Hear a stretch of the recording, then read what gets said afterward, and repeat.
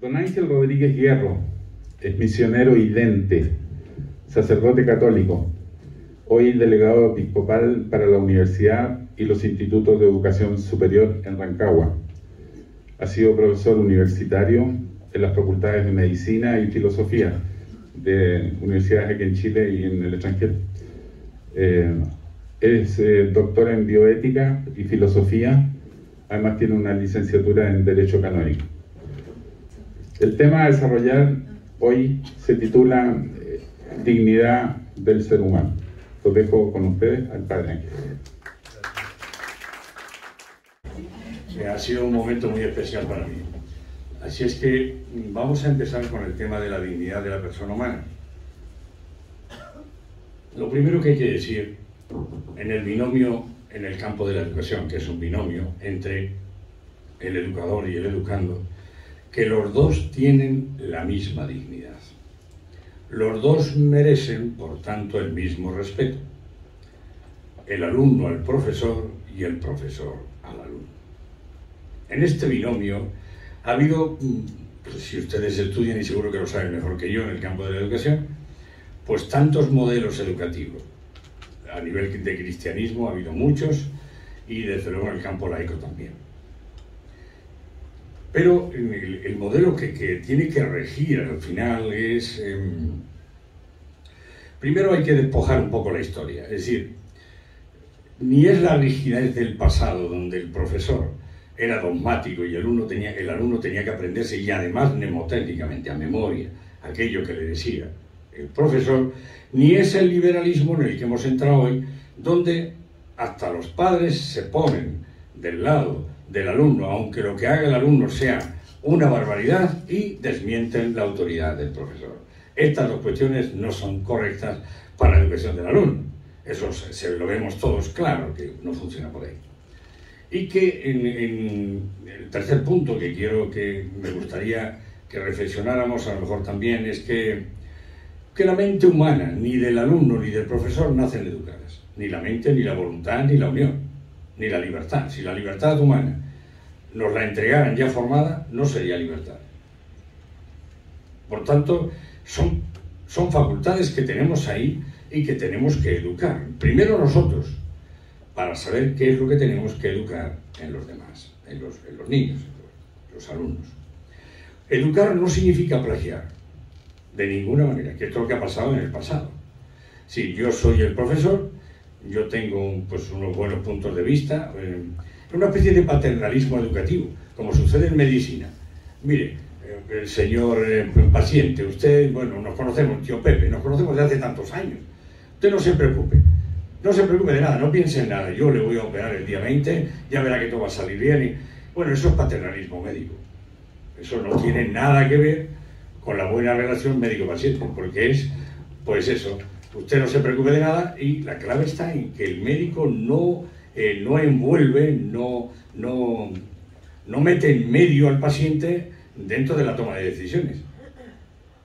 El paciente tiene que estar siempre, porque es su cuerpo, porque es su vida, porque es su futuro, tiene que estar siempre informado, perfectamente informado, de lo que van a hacer y cómo se van a hacer. Y tiene el derecho, en función del principio de autonomía, a decir, no quiero hacer esto. Por muy bueno que usted lo vea, señor doctor. Bueno, este hecho llevado a la educación nos dice algo parecido, no diría que idéntico, pero nos dice algo parecido. No podemos entrar en un paternalismo educativo de tal manera que yo soy el profesor, yo soy el que sabe, yo soy el que conoce, yo soy el que ha hecho la historia y usted se aprende lo que yo le digo y hemos terminado. Eso es una dictadura. Si merecemos alumnos y profesores el mismo respeto porque tenemos la misma dignidad, no puede ser otro el concepto que el amor para comunicarnos. Querernos de verdad, y si alguna vez nos equivocamos, que es humano, muy humano, os lo puedo asegurar, he estado 27 años en Roma y hasta los pontífices se equivocan. Es muy humano, pues entonces pedir perdón. Eso que nos cuesta tanto, sobre todo en Chile. Por Dios, nadie pide perdón por nada. Parece que somos absolutos. No lo digo por ustedes, lo digo por lo que me está pasando en estos días, que yo digo, vamos a ver, ¿Cómo un ser humano, sea yo, sea quien sea, puede caminar por la calle diciendo mis ideas son las mejores, mis juicios son los únicos, yo tengo la verdad y soy como la Gestapo del Espíritu Santo? ¿Dónde va usted a decir eso?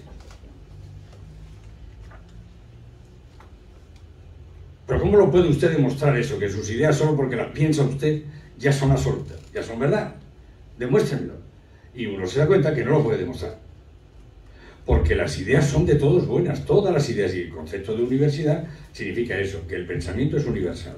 Y que todos tenemos ideas y que esto que se dice ahí, escuchar, es fundamental. Escucharnos para ver que habrá que desechar muchas ideas, pues muchísimas. Porque no todo tiene el mismo nivel de verdad ni el mismo nivel de conocimiento. Pero hay que escucharnos, porque si no, nunca nos entenderemos, ¿no? O sea, el final, ¿qué es? Imposición. Pero pasa a nivel familiar igual.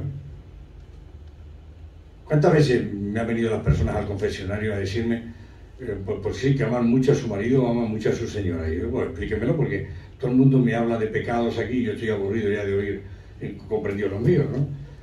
Se aburre uno ya de oír tanto pecado. Bueno, cuénteme un poco, a ver, hábleme, que algo que me entusiasme. Y sí, ama mucho a su marido, ama mucho a su señora, pero se pasa todo el día imponiéndole a sus ideas, imponiéndole a sus gustos, su carácter, sus puntos de visión de las cosas. Por Dios, ámame un poco menos que me estás sofocando, ¿no? O sea, uno se da cuenta que no funciona así, que no es así la vida, que lo tenemos que escuchar. Que es clave, y esto pasa en el matrimonio, y pasa en el binomio educativo, y pasa en la relación padre-hijo. Si tuviéramos este respeto y sabiendo con la dignidad con la que trabajamos, pues sería decir, bueno, pues tiene razón mi hijo, aunque yo sea muy grande y haya vivido mucho y haya hecho un camino enorme. A mí me pasa ahora con los nuevos misioneros que me entran en vida común. Claro, arrastran con ellos un mundo que yo, por ejemplo, en materia de tecnología, cogen el aparato, pum, pum, pum, y yo me vuelvo loco, porque digo, ya para cualquier cosa que tengo que hacer, tengo que pedir permiso, tengo que pedir ayuda por aquí. Y digo, pero por Dios. Bueno, estos nuevos misioneros me dicen que yo tengo que escucharlos, ¿no? Y tengo que escucharles. ¿Puedo tener la última palabra? Pues a lo mejor sí, porque tengo más experiencia que ellos. Pero eso no significa que la tengan que hacer. Yo se la diré. Tengo que ser honesto, ¿verdad? Intelectualmente hablando. Pero pueden hacerla o no hacerla. Lo que quiero decir es que la clave está en que nos escuchemos, ¿no? Y que nos cuesta mucho, mucho escuchar. Estamos cansados. Es que me está diciendo una estupidez. Pues la calidad humana me dice que tú las dices muchas veces las estupideces y los demás te escuchan. Si nos diéramos cuenta de que todos estamos en la misma barca y que todos decimos de vez en cuando alguna tontería, pues tendríamos la paciencia, la misericordia y decir, bueno, estamos todos en esta barca y nadie. Si uno cojea de la izquierda, el otro cojea de la derecha. Pero todos cojeamos. Lo primero que quería poner en esta diapositiva, y es que, bueno, aparte de entrar en el concepto de dignidad y como cualidad de digno, en fin, eso son cosas históricas del latín, ¿verdad? Valóricamente se tiende a afirmar que el ser humano posee dignidad por sí mismo, y que esta dignidad humana no viene dada por factores o individuos externos. Esta se tiene desde el mismo instante de su fecundación o concepción y es inalienable hasta la muerte.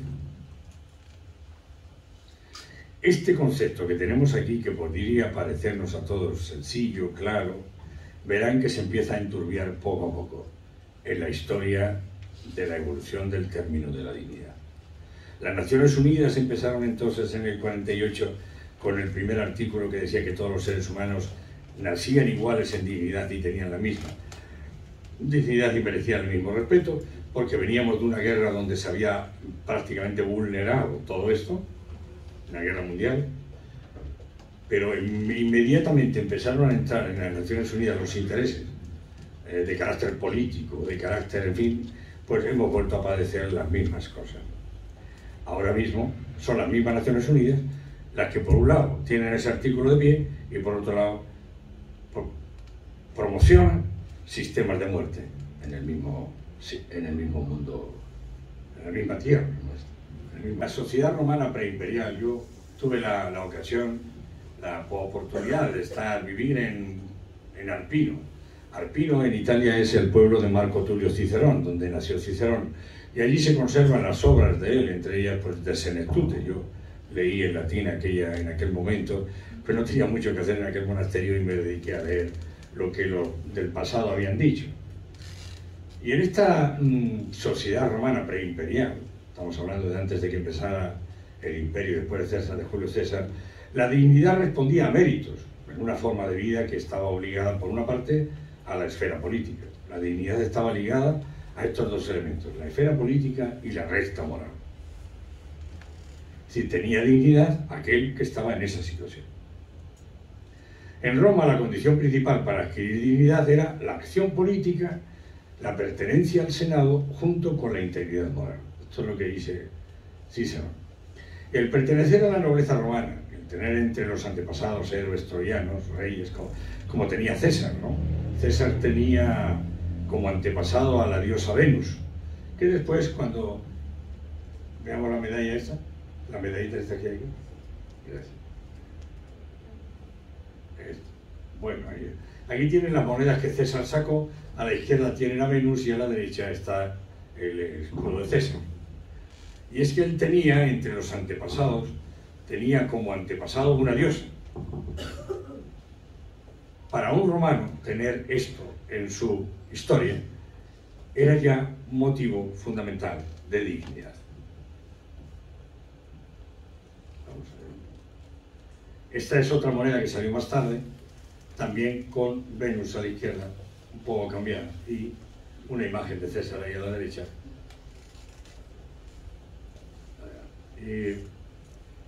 Quindi la dignidad era un logro personal, fijaos bien la palabra, logro personal, que por un lado daba derecho a un poder, por otro, por el impulso interior a ser moralmente intachable, exigía un deber. La dignidad obligaba, y lo hacía más cuanto más alto era su grado. Y es a esta forma de vida que Cicerón dice que pertenecían la magnanimidad, la disciplina, la austeridad, la moderación y la serenidad de mente. Eran como cualidades propias del hombre que tenía dignidad, porque se las exigía, por un lado, el hecho moral, ¿verdad? Y por otro lado, el puesto que representaba, el poder que tenía dentro de la sociedad. Esto es importante para nosotros, pero todavía la dignidad aquí en Roma, es importante que nos quedemos con esta frase, era un logro personal. Por ejemplo, los esclavos no tenían dignidad. Y había miles y miles de esclavos en Roma, pero no tenían dignidad, porque para poder tener dignidad había que ser libre. Vamos a ver. Por tanto, la dignidad en Roma, que es el concepto de dignidad que después, pues... Claro, yo les podría hacer esta pregunta. Los que están en la cárcel aquí en Rancagua, yo estuve en la cárcel hace pocos días, ¿tienen la misma dignidad de los que están fuera en la calle? ¿Veis? Ya está diciendo aquí una que no. ¿Pero por qué dice que no? Pues porque está hablando de una dignidad que no es la dignidad ontológica. Está hablando de una dignidad que es popular. Decimos en sergo popular, pues esta persona que poca dignidad tiene, porque por ejemplo pues ha matado a alguien o ha violado varias veces y está en la cárcel, ¿no? Pero es verdad también que hay gente en la calle que está mucho más encarcelada dentro de ellos mismos que aquellos que están dentro. Yo el otro día que estuve allí, se lo dije, hay gente que está allí dentro, estábamos en el patio que estábamos celebrando con el obispo una misa, y les dije, bueno, yo los veo a ustedes muy libres aquí.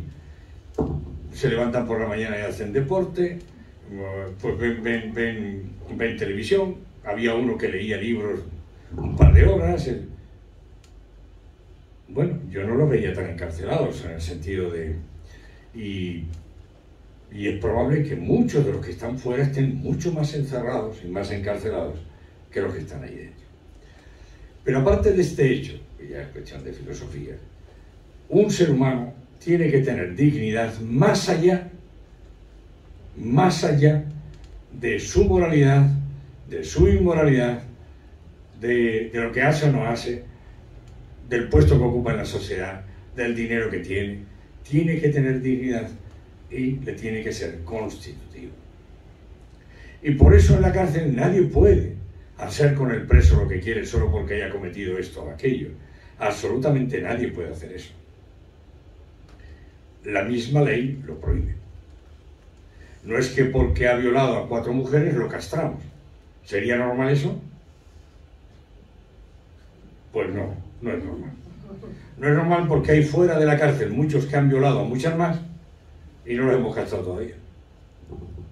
Y a nadie le gustaría. Sí, el tema de la dignidad humana o es ontológica o esta dignidad que están ustedes pensando, algunos de ustedes en la cabeza, no funcionaría. Porque entonces entre los que estamos aquí, estoy seguro que desde el punto de vista del análisis racional de algunos tendríamos dignidad y otros no. No puede ser la dignidad una conquista personal, porque si fuera una conquista personal, algunos la tendrían y otros ninguna. ¿Qué es lo que pasaba en Roma? La dignidad era algo elitista. No todos los ciudadanos gozaban de las condiciones para llevar esa vida portadora de dignidad. Y esta, además, no se concebía sin libertad. Era, por tanto, incompatible con la condición de esclavo. El esclavo no tenía dignidad.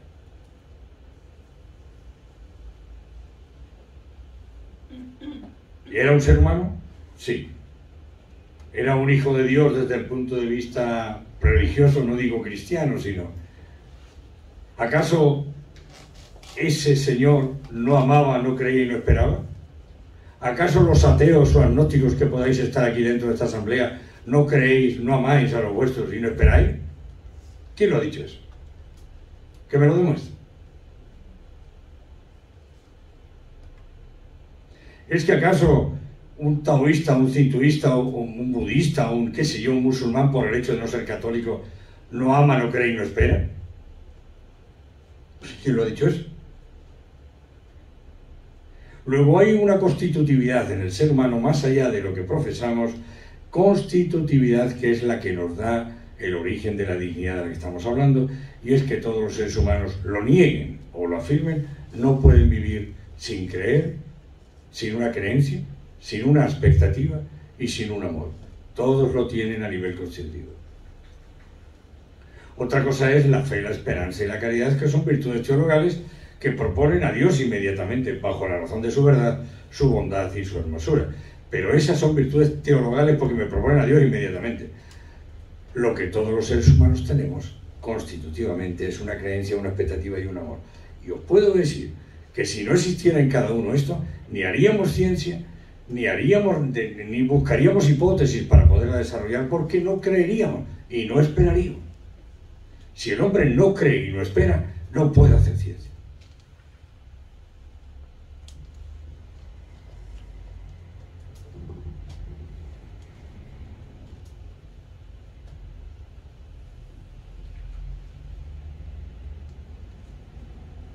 No cabe duda que lo que se entiende por dignidad ha tenido un cambio sustancial desde que este valor surgió en la sociedad de la antigua Roma hasta que fue incorporado a la cultura cristiana occidental. De una conquista individual pasó a ser inherente a la condición humana. Es decir, todo ser humano es persona, y hay que preguntarse siempre por qué somos personas. ¿Por qué somos personas? ¿Porque tenemos todos la misma psicología? Por Dios. En la misma familia, 4 hijos, no se parece la psicología de uno al otro ni en el blanco de vosotros. ¿Porque tenemos la misma biología? Tampoco. Cada uno tiene su ADN. Tan espectacular la cosa que es ahí donde nos definen inmediatamente quiénes son. Hay algo que nos une, hay algo que es común. Y es nuestro espíritu. El tío René lo decía hace un momento. Si hay algo que nos une es nuestro espíritu. Y nuestro espíritu pues es herencia de valores. Todo ese mundo de valores, ¿de dónde lo vamos a sacar? Lo sacamos de la carne, de la psicología, de la complejidad de la psicología humana. Porque la psicología humana es lo más complejo que hay. Lo más es complejísima. Y yo diría, algunas psicologías no solo complejas, sino retorcidas.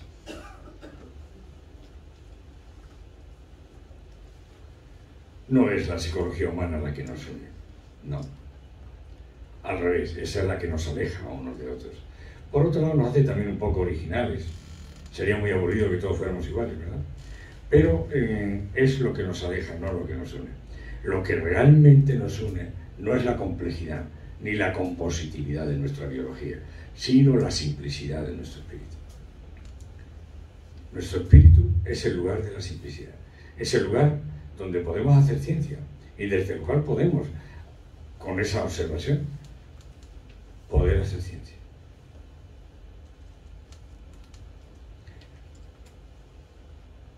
No sé, yo he estado un sinfín de veces en sala operatoria, porque era profesor de la Facultad de Medicina en geriatría.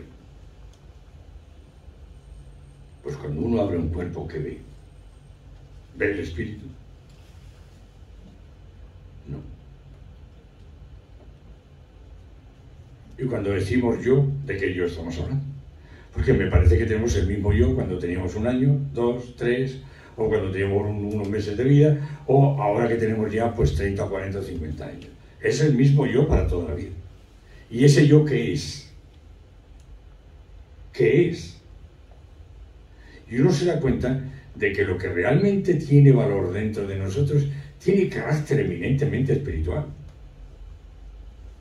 No es psicológico, no, ni biológico, es eminentemente espiritual.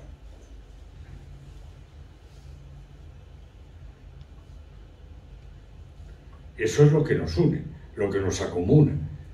Todos los seres humanos tenemos una constitutividad, nos la expliquemos o no nos la expliquemos, en la cual está todo este campo de valores, de virtudes, de atributos. Si esos atributos no estuvieran presentes, la verdad, por ejemplo, la bondad, la hermosura, la verdad es lo que persigue la ciencia. Lo que no se entiende por qué es que después la ciencia niega la verdad. Porque, ¿qué le pasa a la ciencia hoy? Que todo lo que es experimentable y cae bajo el método científico, así llamado científico, experimental, parece que tiene verdad, pero esa misma verdad, ¿de dónde le viene a la ciencia? ¿O de dónde le viene a la ciencia la búsqueda de la verdad? Y es que nos contradecimos frecuentemente. Uno se da cuenta que el ámbito del conocimiento se mueve en 2 grandes ámbitos. El ámbito experiencial o vivencial y el ámbito experimental con su metodología experimental. Y el ámbito experiencial tiene metodología metafísica. Pero los 2 ámbitos se dan en el ser humano. Y el ser humano es más que todo método y más que toda ciencia. Habría que decir más. El ámbito experiencial del conocimiento es mucho más rico que el ámbito experimental. Os lo digo que he estado muchas veces en el laboratorio.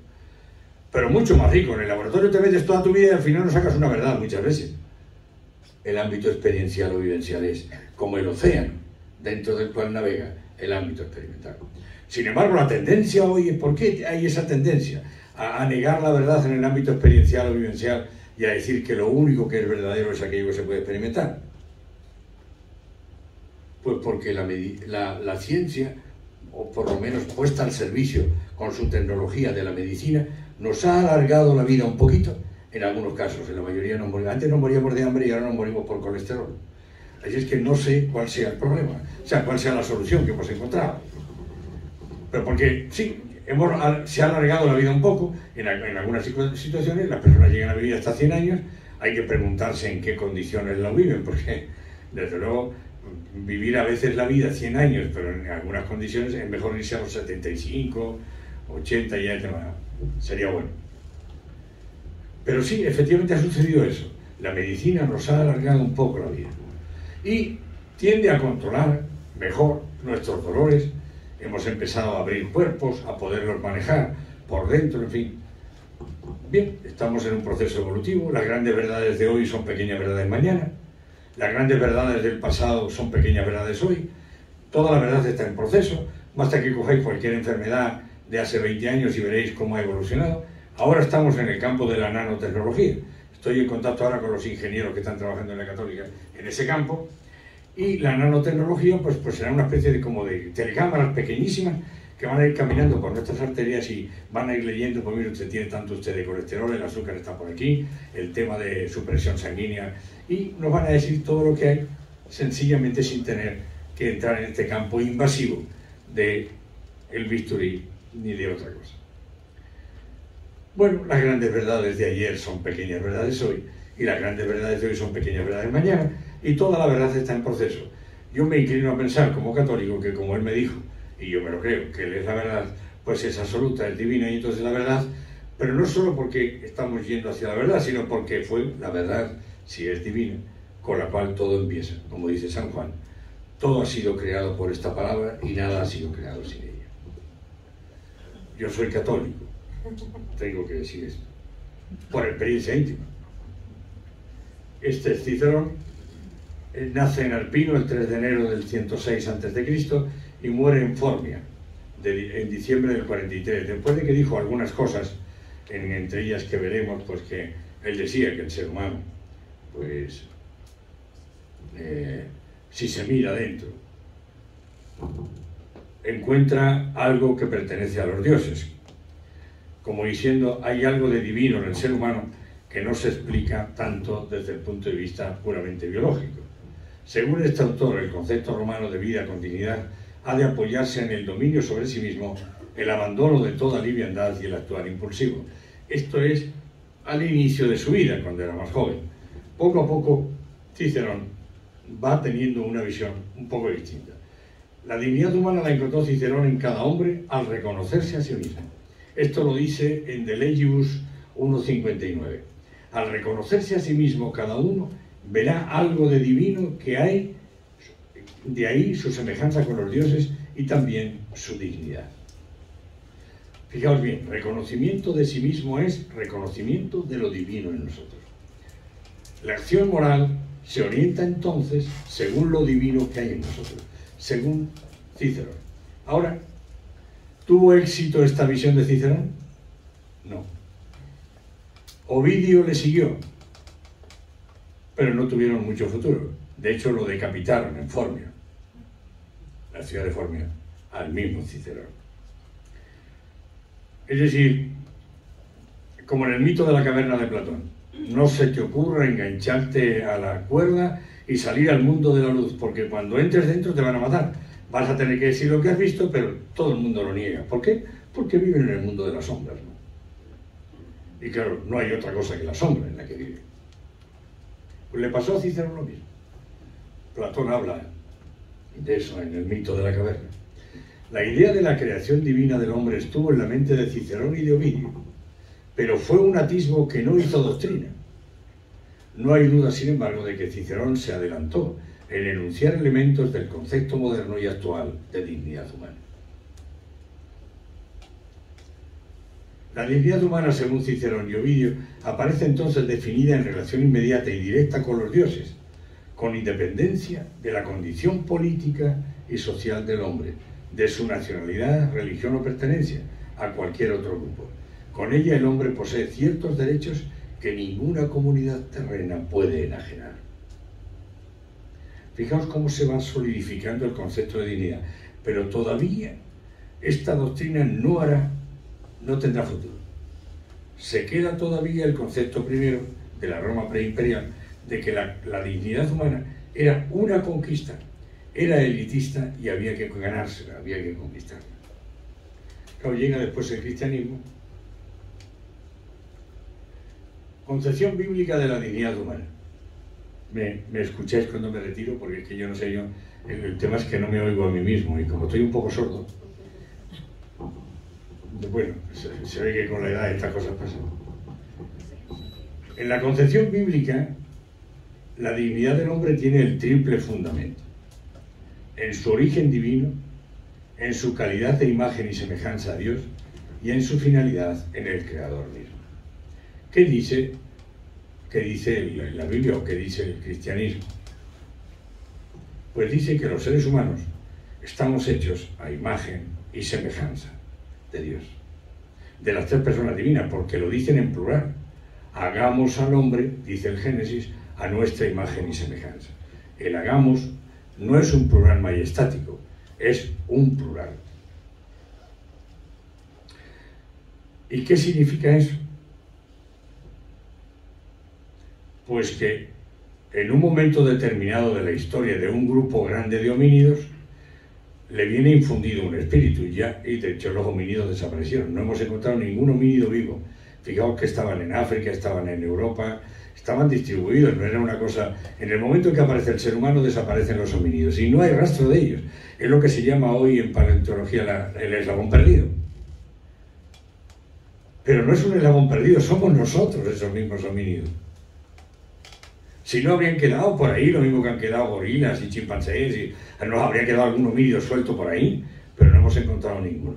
Luego el ser humano, me inclino a pensar yo, que sea ese mismo homínido en el cual Dios infunde el espíritu en un momento determinado de la historia, de la evolución de ese mismo homínido. Tenía la posibilidad de recibir un espíritu, y el espíritu lo que hace al ser infundido es que asume, reduciendo a cero y controlando perfectamente el aspecto psicológico y biológico del ser humano. Eso es tan verdad que ustedes hoy, aquí, que están todos presentes, podrían poner orden al desorden mental y afectivo que padecen, y estoy hablando de mental y afectivo, de las facultades humanas, echando mano de esa energía espiritual que tienen ahí. ¿Cómo ponemos orden a nuestros desórdenes? Mentales, afectivos, te estoy hablando emocionales, en fin, sentimentales. ¿Cómo ponemos orden a eso? ¿De dónde echamos mano? ¿Dónde echa mano el ser humano para eso? Porque lo hacemos. Y se puede. ¿Y cuántas veces tenemos que imponernos sobre ese desorden afectivo que padecemos? Hay algunos que son muy fáciles con esto del desorden afectivo. Pasa una escoba por la calle y ya se están emocionando. Tú lo ves en los obreros que están con la pala ahí moviendo el cemento armado en el biombo ese tal, pasa una escoba y automáticamente se paraliza el trabajo.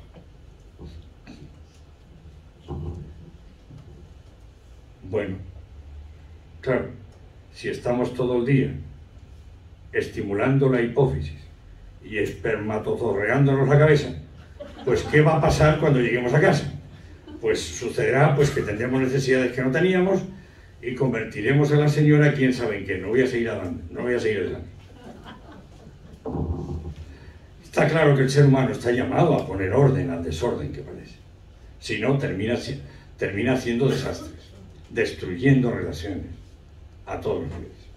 Bueno, eso lo podemos hacer gracias a un espíritu que cada uno de nosotros tiene dentro. Ese mundo de simplicidad que no tiene nada que ver con la complejidad psicológica ni con la compositividad de nuestro organismo. ¿Y por qué somos personas? Pues porque somos imagen y semejanza de las personas divinas. A Cristo le preguntan, y ahora tenemos que dar un salto, estamos ya ahora en la cuestión bíblica, le preguntan, bueno, ¿y por qué te haces hijo de Dios?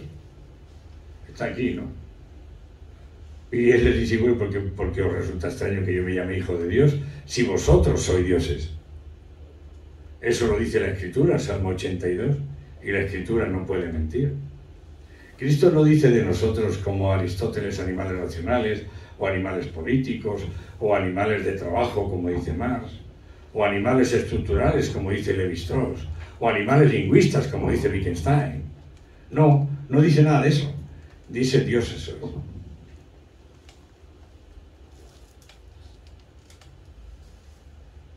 pasa es que la mediocridad en la que vivimos muchas veces y cómo tenemos los ojos tan llenos de mundo y de tierra no nos permiten ver lo que tenemos dentro.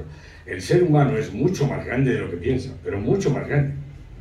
Cuando Cristo lo miró en esa ocasión, así de frente, y lo miró después desde la cruz, clavado en un madero, lo que dijo, padre, es que no saben lo que hacen.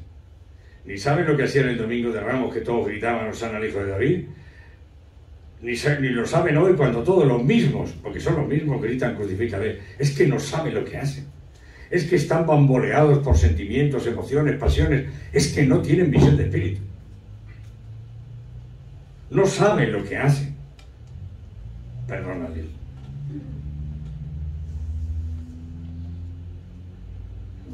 Aquí es el tema. Encontré esta imagen y la puse aquí. Yo creo que puede ser hasta ambigua, porque claro, esto de que la igualdad sea para todos, tenemos que entender que sin tratarnos en el campo de la dignidad de igual a igual, claro que no puede haber justicia. Pero eso se podría malinterpretar, por eso la puse ahí, pero no quiero entretenerme mucho en eso. La Declaración Universal de los Derechos Humanos en 1948 invoca en su preámbulo la dignidad intrínseca de todos los miembros de la familia humana. Dignidad intrínseca. ¿Qué pasó en la última guerra? Que Hitler decidió quién era persona y quién no lo era. ¿Qué está pasando hoy en nuestras sociedades? Que los políticos deciden cuándo yo soy persona. Si esta sociedad ahora que quiere el aborto decide que a los 3 meses seremos personas desde los 3 meses. Colombia está proponiendo 6 meses. Seremos personas porque lo decide el Estado a los 6 meses. Antes se nos puede matar, se nos puede abortar, se puede jugar con nosotros como embriones humanos, se puede hacer experimentación con nosotros, en fin, antes de los 6 meses se puede hacer de todo. Luego está Inglaterra, que habla en el campo de la experimentación 16 días, Italia dice 3 meses, en fin. Ya las personas humanas no tenemos dignidad ontológica, porque hemos pasado de la dignidad constitutiva que todo ser humano tiene a la dignidad política. Ahora es el Estado quien decide cuándo yo soy persona y cuándo y hasta cuándo y desde cuándo lo soy. Luego ya este principio o esta Declaración Universal de Derechos Humanos se quedó invalidada. Y después de que nuestra querida Bachelet, o no querida Bachelet, yo tuve que ver con ella porque dirigía la revista médica y me quiso publicar un artículo y le dije que no. O aquello lo reformaba, eso no se podía publicar así. Que ahora está metida ahí en la ONU, que era su mundo el que quería.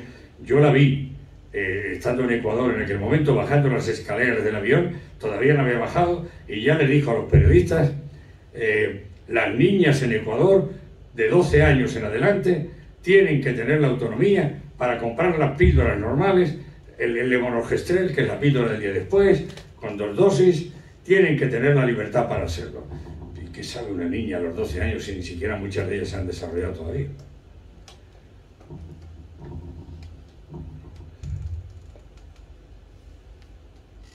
Eso lo oí yo. Menos mal que Ecuador no la siguió. En fin. Eso es un desastre. ¿Por qué tenemos? Yo estaba ayer en una universidad, no voy a decir dónde, y estaba con otros 2 profesores conmigo, y no vimos nada más que niñas gordas. Niñas que están ahora en 16 años, 15 años y 17, con una cantidad de kilos enormes encima.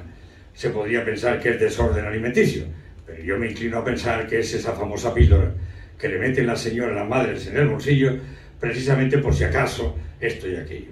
Claro, si una niña se decide, por las razones o los hábitos que tenga, de hacer pues el acto sexual 4 veces en el mes, pues son 4 por 18 píldoras normales, a las que equivale las 2 dosis del levonorgestrel, pues multiplicad y veréis la cantidad de píldoras normales que sumerge en su organismo. El óvulo tiene solo 24 horas y nada más que 24 horas. Con lo que eso condiciona, abstenerse 2 o 3 días antes por si acaso algún espermio vive por ahí o sobrevive alimentado por el muco cervical en las crestas, y un día después porque ya el óvulo ha muerto. Ese es el tiempo que se le pide a cualquiera que se abstenga de relación sexual. Pero si una niña, en función de sus hábitos, hace 4 o 5 veces el amor en el mes, multiplicad por 9 píldoras, que es cada una de las dosis del levonorgestrel, es equivalente a 9 píldoras normales, y veréis que hay que multiplicar por 18. Y son muchísimas las píldoras que ingiere en su organismo y que efectivamente interfieren, porque claro, es un progestínico, es un antagonista de la progesterona, y estamos constantemente tomando el pelo, la hipófisis, y eso no cabe duda que tiene muchos problemas. Y en las niñas jóvenes, todo ese desorden supone gordor. Eso oís a cualquier obstetra ginecólogo y veréis que os dice lo mismo.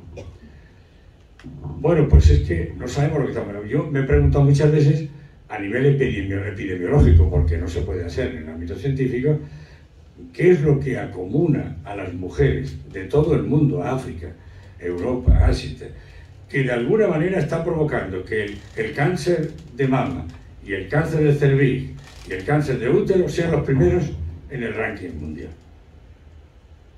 Una pregunta que hay que hacerse.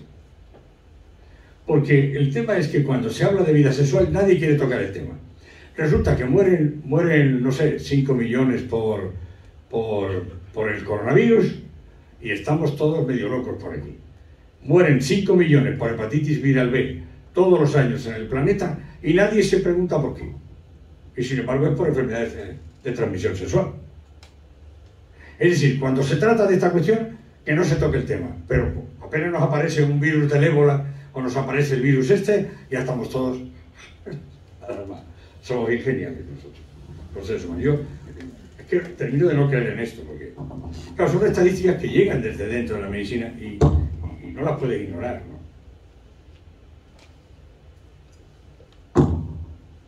Una persona que está en la cárcel, decía antes, ¿tiene la misma dignidad que una que esté fuera caminando libremente? Pues ontológicamente tiene la misma dignidad.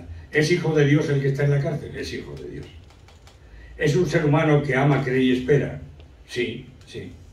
Otra cosa es que en el lenguaje común, que decimos todos, se pueda decir qué poca dignidad tiene este señor. Con qué poca dignidad hace las cosas. Eso yo creo que pertenece al lenguaje común. Todos lo hemos dicho alguna vez. Pero ontológicamente, a nivel de ser, todos los seres humanos tienen la misma dignidad ontológica. Porque os podría contar una historia. Esta casi la viví. ¿Ustedes saben algo de Santa María Goretti? ¿Alguno sabe algo? Tenía 12 años. Estaba muy desarrollada. Vivía en Neptuno, en Italia. Y un joven que vivía de frente a ella se había enamorado, pero con tanta pasión que la propuso hacer el amor a esta niña. Esta niña dijo, Dios no lo quiere, yo no puedo hacer eso. Termina la historia con 17 puñaladas que le da este señor a esta niña. Llaman a la madre, viene corriendo, se la llevan al hospital de Neptuno y mientras está muriendo el sacerdote le pregunta, ¿quieres perdonar a tu enemigo? En un primer momento dice que no, le resulta repugnante la cosa. Un segundo momento dice, si Cristo perdonó a sus verdugos, yo le perdono. Pero todo esto le sirvió a Pío XII para trabajar con este caso. Pero no, la cosa no está ahí. No, es que resulta que este señor entra en la cárcel y le dan 25 años de cárcel.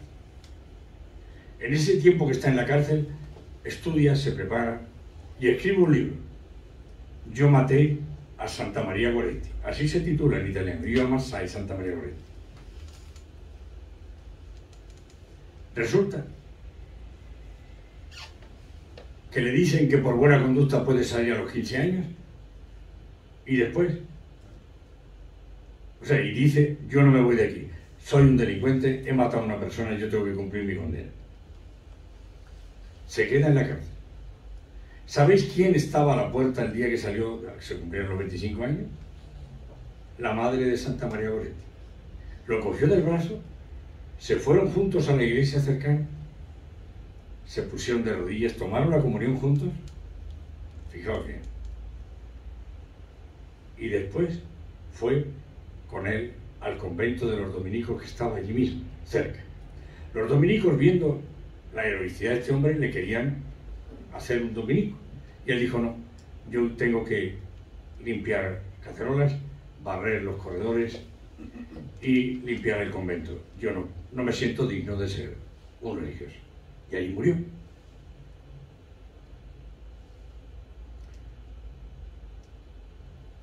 ¿Tenía dignidad este hombre o no? ¿Murió al final con dignidad o no? ¿Veis cómo nos podemos equivocar? ¿Quién me dice a mí que en la cárcel alguno de los que están ahí, y yo conozco a alguno, no han mejorado su vida? Es que el ser humano no puede cambiar. Es que mañana cometes un delito en tu familia o una, yo diría, infidelidad con tu marido y ya absolutamente te tiene que condenar para toda la vida. Es que no te va a dar ninguna posibilidad para que de alguna manera le demuestres que fue solo un error. ¿No nos gustaría que hicieran eso con todos nosotros?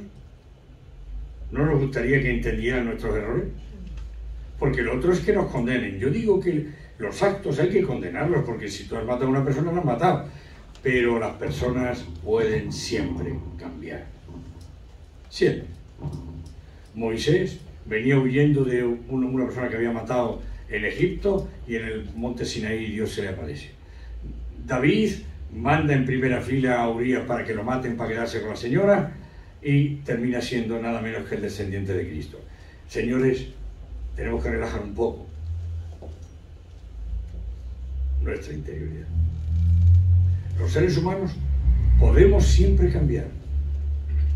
No digo que haya casos difíciles, y los hay, y algunos no cambian, como es normal.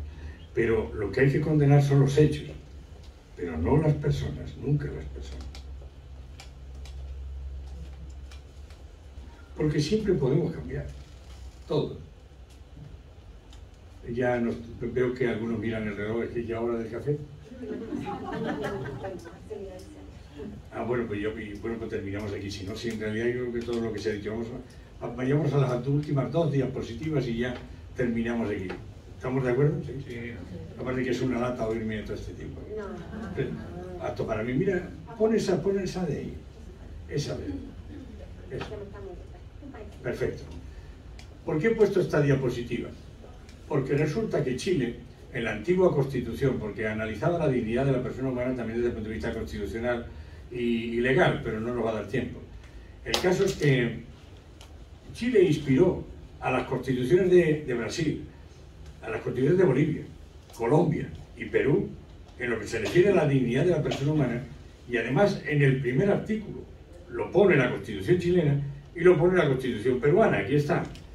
La defensa de la persona humana y el respeto de su dignidad son el fin supremo de la sociedad y del Estado.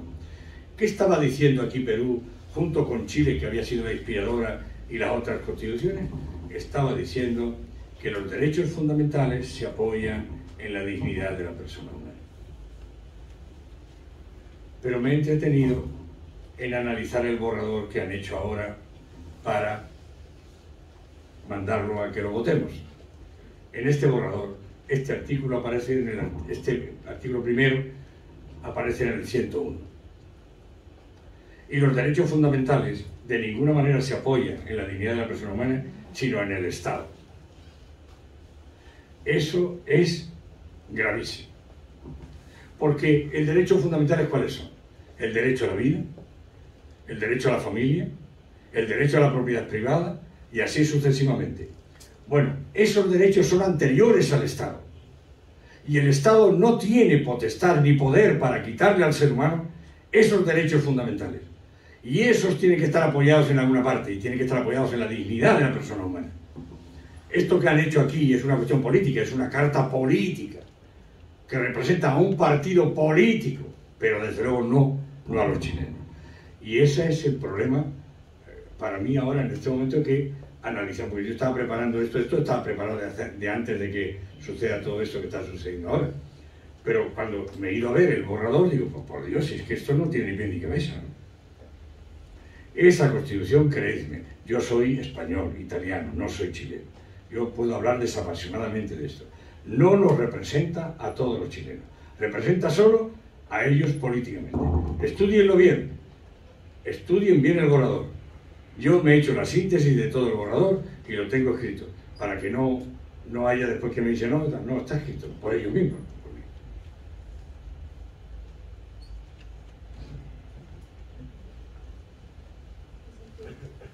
A mí me resulta doloroso, incluso porque cuando estuve por aquí en el 97, me encontré con un Chile que ahora cuando volví, desde luego no es el mismo. Pues esa, por ejemplo. Cuando llegué en el 97, yo me enamoré tanto de este Chile, tanto es así que cuando llegaba a España me decían, oye, no hables tanto de Chile, parece medio... Y es verdad que me inspiraba tanto. Yo viví aquí unos momentos en esos años deliciosos. Era muy sencillo vivir, era muy... no sé. La gente muy sencilla, muy amable. Cuando he vuelto ahora, después de... ya han pasado varios años, estamos hablando de por lo menos 15 años o más, la verdad es que me encontré con un Chile que ya no me encanta.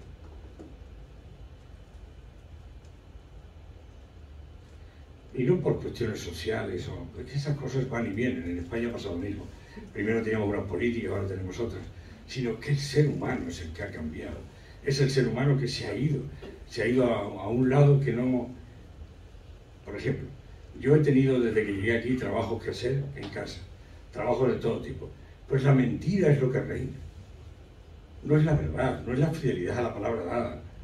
No es increíble. Ahora mismo tenía una rotura en unos aparatos que tengo ahí y me dicen el viernes pasado que el lunes estaban aquí. Estaban ahí porque había una necesidad, yo tenía ahí un acto importante. No vinieron ni el lunes, ni el martes, y esta es la enésima vez que lo hacen, ni el miércoles. Y tampoco me dicen por qué no vienen. Que sería lo educado, por lo menos lo educado. Llame usted por teléfono, diga que no puede, diga que está entretenido con no sé qué. Dígame algo. Pero es que no. Y entonces, es como me ha pasado tantas veces en estos 3 años y medio, uno dice, ¿qué nos pasó? Porque Cristo es bien duro, lo digo para los católicos, ¿eh? Dice que el diablo es el mentidor, es el que pone la mentira en el corazón humano.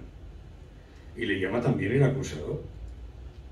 Lo digo esto para los católicos, los que no lo sean. Bueno, pero él dice esto, que el diablo es el que pone la mentira en el corazón humano.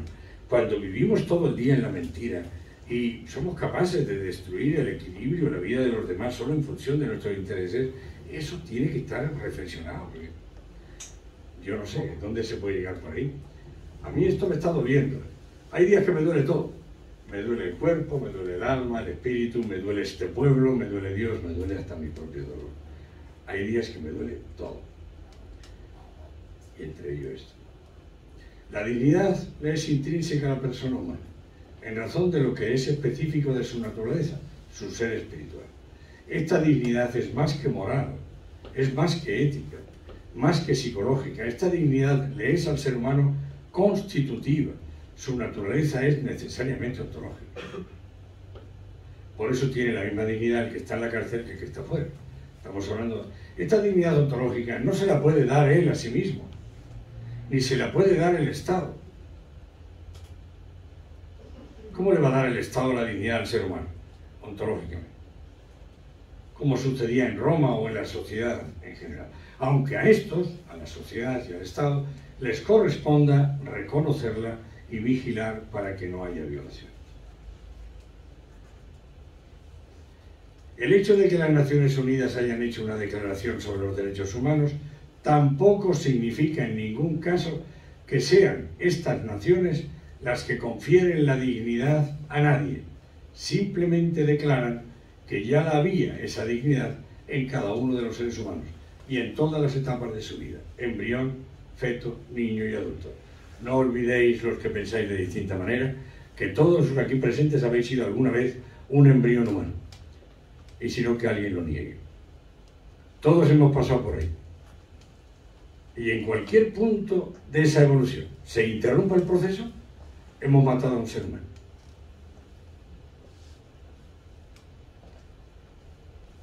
¿Se puede negar?